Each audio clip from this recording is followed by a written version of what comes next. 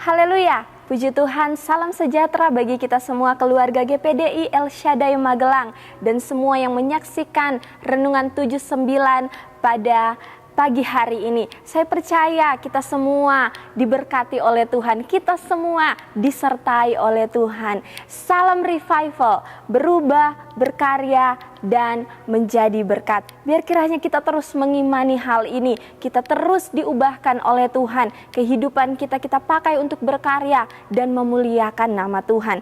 Puji Tuhan. Kita akan sama-sama merenungkan kebenaran firman Tuhan pada pagi hari ini yang terdapat di dalam Amsal 17 ayatnya yang ke-9. Mari sama-sama kita buka Alkitab kita di dalam Amsal 17 ayat yang ke-9. Firman Tuhan berkata, siapa menutupi pelanggaran mengejar kasih, tetapi siapa membangkit-bangkitkan perkara menceraikan sahabat yang karib. Puji Tuhan, Bapak Ibu Saudara yang dikasihi oleh Tuhan. Amsal Salomo mengatakan bahwa orang yang mengejar kasih adalah orang yang menutupi pelanggaran. Kita ini adalah makhluk sosial, kita hidup bermasyarakat, dan artinya kita tidak dapat mempertahankan hidup kita sendiri. Kita tidak bisa hidup sendiri. Kita tidak bisa mencukupi kebutuhan kita sehari-hari. Kita masih membutuhkan orang lain. Kita tidak bisa tinggal sendiri. Apapun yang kita butuhkan pasti kita masih membutuhkan orang lain. Dan tidak semua orang yang kita temui itu sesuai dengan apa yang kita mau. Tidak semua yang kita temui itu benar-benar sesuai dengan peraturan. Mungkin ada yang tidak baik, ada yang melanggar peraturan, ada yang membuat pelanggaran, melakukan kesalahan. Nah, karena itulah pengamsal mengajar kita untuk tidak mengingat kesalahan orang lain. Amsal mengajar kita untuk kita tidak mengungkit perkara, kita tidak mengingat-ingat kesalahan orang lain. Dikatakan siapa menutupi pelanggaran, ia mengejar kasih. Jika kita ingin mengejar kasih itu, kita harus menutupi pelanggaran, kesalahan orang lain. Karena kita masih akan sosial dengan orang lain, berkomunikasi dengan orang lain, dan ada begitu banyak hal yang kita akan temui. Bukan hanya hal yang negatif, tetapi juga hal-hal yang positif, hal yang positif dan hal yang negatif. Kasih itu bukan lagi hal yang asing di dalam kehidupan orang-orang percaya. Kasih itu harus menjadi landasan orang-orang percaya, orang-orang Kristen dalam menjalankan kehidupannya. Kita orang percaya telah menerima kasih yang begitu besar dari Bapa kita. Kasih yang begitu besar dari Allah. Dia mengaruniakan Yesus Kristus di kayu salib. Itu bentuk kasih yang paling besar yang kita terima. Dan bentuk kita mengasihi Bapa kita, bentuk kita mengasihi Yesus Kristus adalah dengan menerapkan kasih itu kepada sesama. Kita menerapkan kasih itu, membagikan kasih kepada orang-orang yang ada di sekitar kita, kepada sesama kita, sesama manusia. Nah, firman Tuhan katakan, siapa menutupi pelanggaran, dia mengejar kasih. Menutupi pelanggaran itu menutupi kesalahan, artinya kita tidak mengungkit atau kita tidak membeberkan kesalahan orang lain. Itu menutupi kesalahan.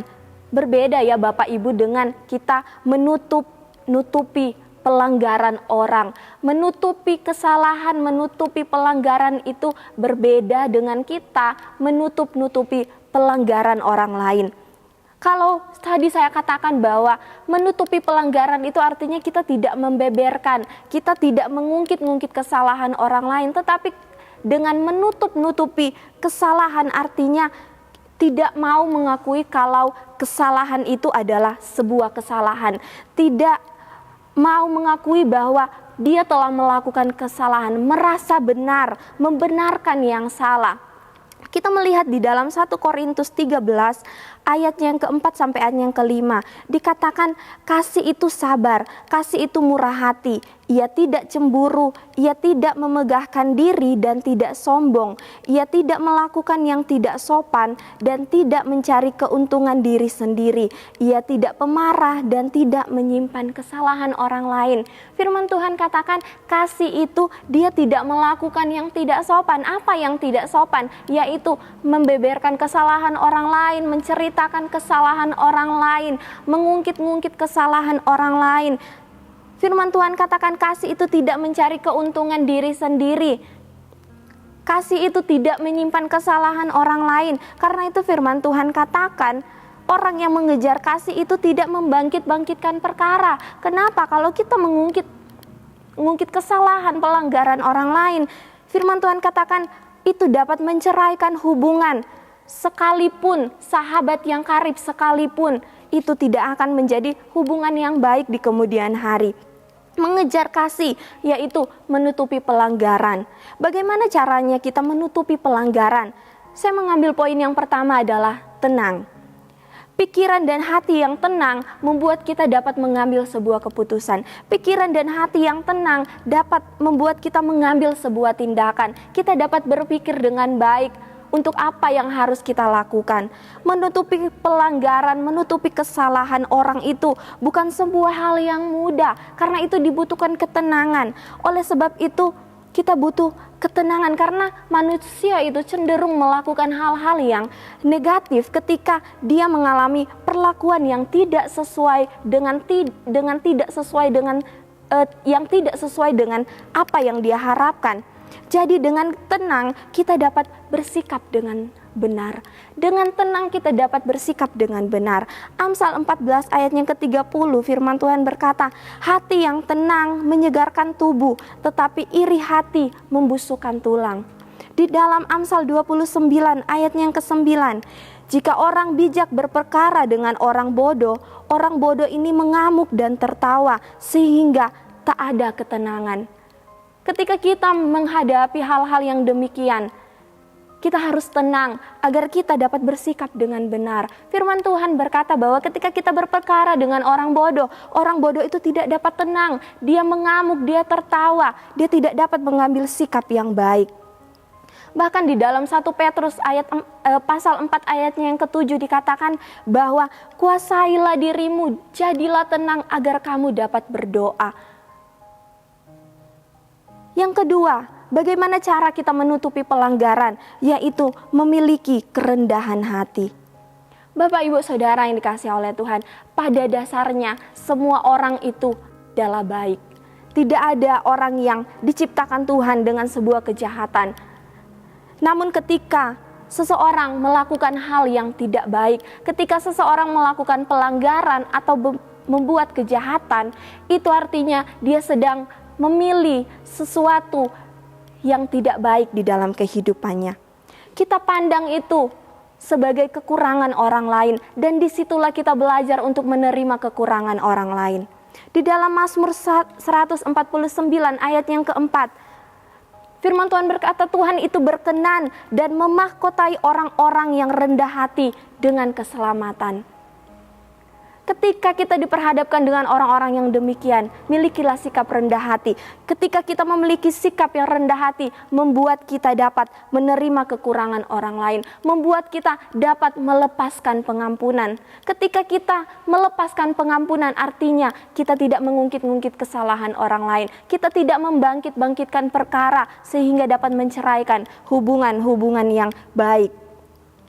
Ketika itu sudah kita lakukan, kita tidak hanya dapat menutupi pelanggaran orang lain, tetapi yang dapat kita lakukan adalah kita dapat memaafkan dan melupakan kesalahan orang lain.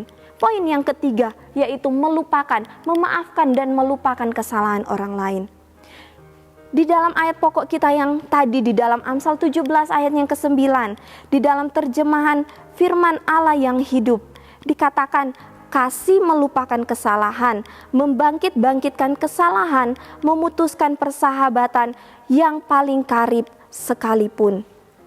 Bapak, Ibu, Saudara yang dikasihi oleh Tuhan, Kasih di dalam keluarga, kasih di antara hubungan pertemanan, kasih di antara hubungan suami istri, anak dan orang tua itu hancur karena terlalu banyak menyimpan kesalahan. Hubungan yang baik itu akhirnya menjadi tidak baik karena tidak mampu melupakan kesalahan orang lain. Di dalam hal perkataan, mungkin di dalam hal tindakan, sikap, kita menyimpan kesalahan orang lain, kita tidak dapat menerima kesalahan orang lain, kita tidak dapat melupakan kesalahan orang lain, dan itu yang membuat kebanyakan hubungan antara keluarga dan sebagainya itu hancur.